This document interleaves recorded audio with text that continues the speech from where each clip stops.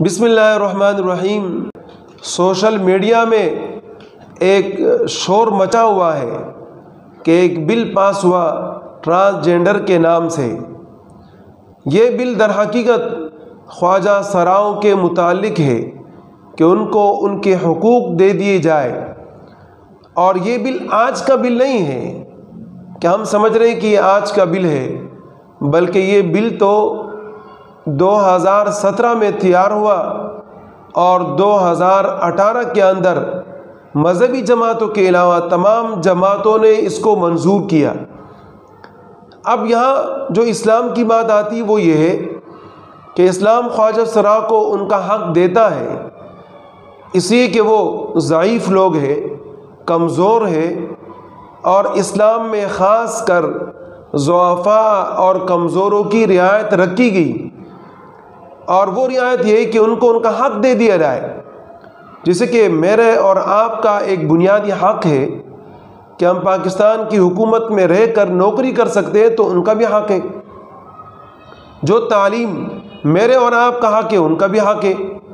یقیناً اللہ رب العزت نے ان کو پیدا فرمایا اور یہ پیدائش اللہ کی طرف سے ہے، تو لہذا ان کو بھی بنیادی طور پر ہمارے ملک میں حقوق دینی چاہیے۔ یہ پاکستان کے قوانین کے مطابق بھی ہے اور اسلام کے قانون اور شریعت کے مطابق بھی ہے۔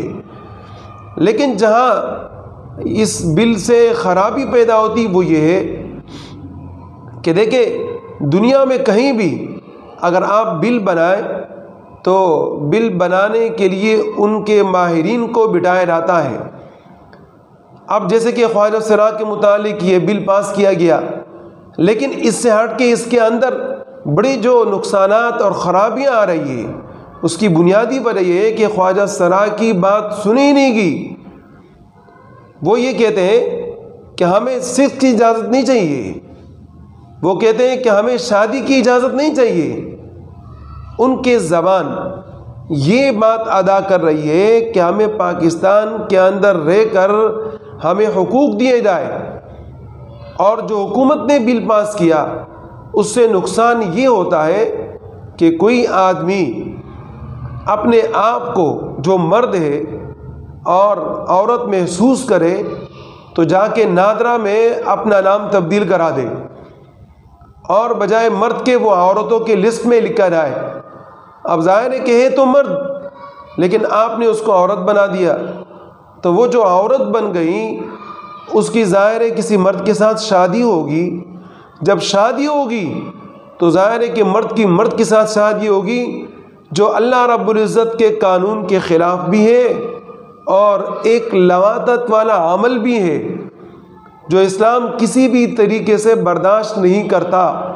اللہ رب العزت نے قوم لوط کے اوپر عذاب اسی وجہ سے نازل فرمایا، اور وہ خاص طبقے یہی چاہتے ہیں کہ پاکستان میں اس طریقے سے برائی پھیلی جائے اور برائی کو عروج دیا جائے۔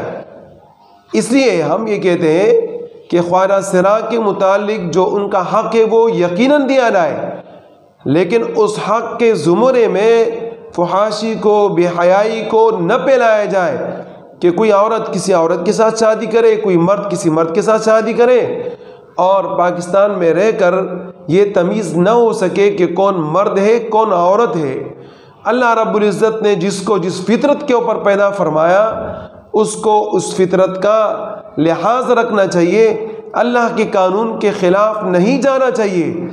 اور یہ بل جس کے اندر اس قسم کی خرابیاں اور نقصانات ہیں، تو مذہبی جماعتوں کی طرف سے یہ بات تو سامنے آئی کہ ہم اس کو ختم کریں گے، اور انشاءاللہ العزیز اللہ سے امید ہے کہ یہ ختم بھی ہوگا۔ کیوں؟ یہ اسلام کے نام پہ بنا ہوا ایک وطن ہے، اور اس میں وہ کام ہوگا کہ جو اسلام کے مطابق اسلام کے خلاف نہیں۔